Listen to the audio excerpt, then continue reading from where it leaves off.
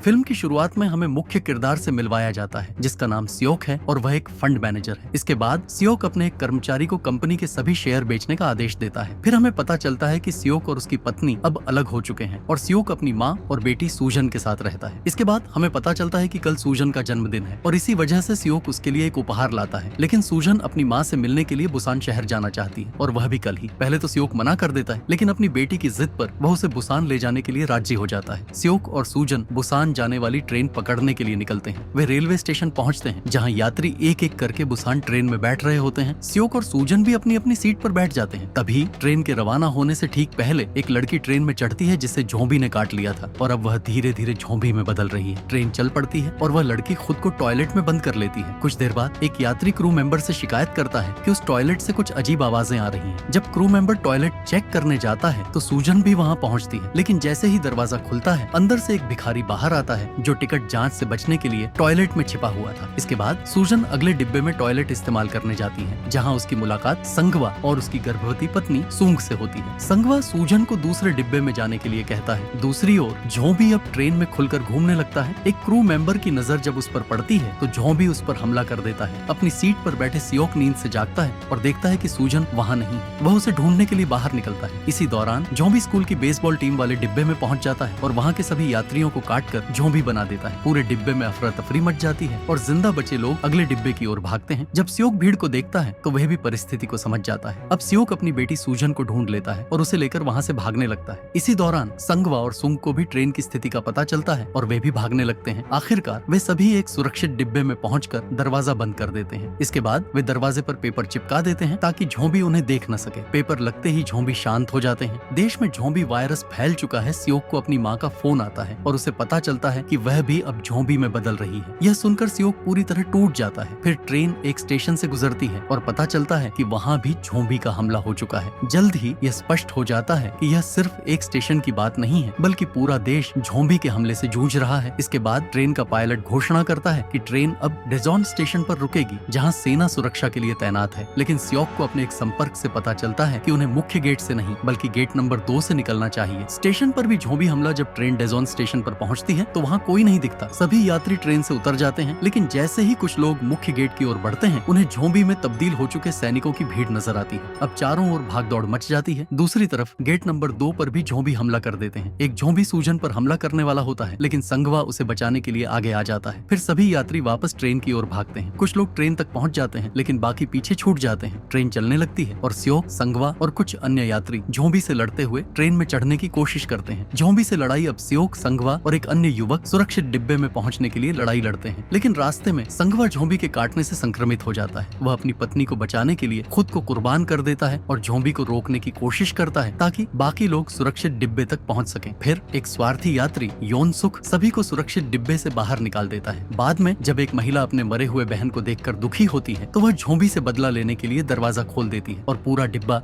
Zombie में बदल जाता है। ट्रेन का आखिरी सफर सियोक, सूजन और सूंग अंतिम डिब्बे में बच जाते हैं, लेकिन अब ट्रेन एक दुर्घटनाग्रस्त ट्रेन से टकराने वाली होती है। इस बीच योनसुक ट्रेन के पायलट को भी धोखा देकर झोंबी के हवाले कर देता है। जब सियोक और अन्य लोग ट्रेन में चढ़ते हैं तो वे देखते हैं कि योनसुक अब झोंबी बन चुका है। अंत में योनसुक सियोक को काट लेता है। सियोक अपनी बेटी और सूंग को ट्रेन चलाने की जिम्मेदारी देकर खुद को बलिदान कर देता है। फिल्म का अंत ट्रेन बुसान पहुंचती है और सूंग और सूजन सुरक्षित बाहर निकलती है, लेकिन सुरक्षा बल उन्हें झोंबी समझकर मारने वाले होते हैं। तभी सूजन अपने पिता के लिए गाना गाने लगती है। यह सुनकर सैनिक समझ जाते हैं कि वे इंसान हैं और उन्हें बचाया जाता है। यही इस फिल्म का अंत होता है।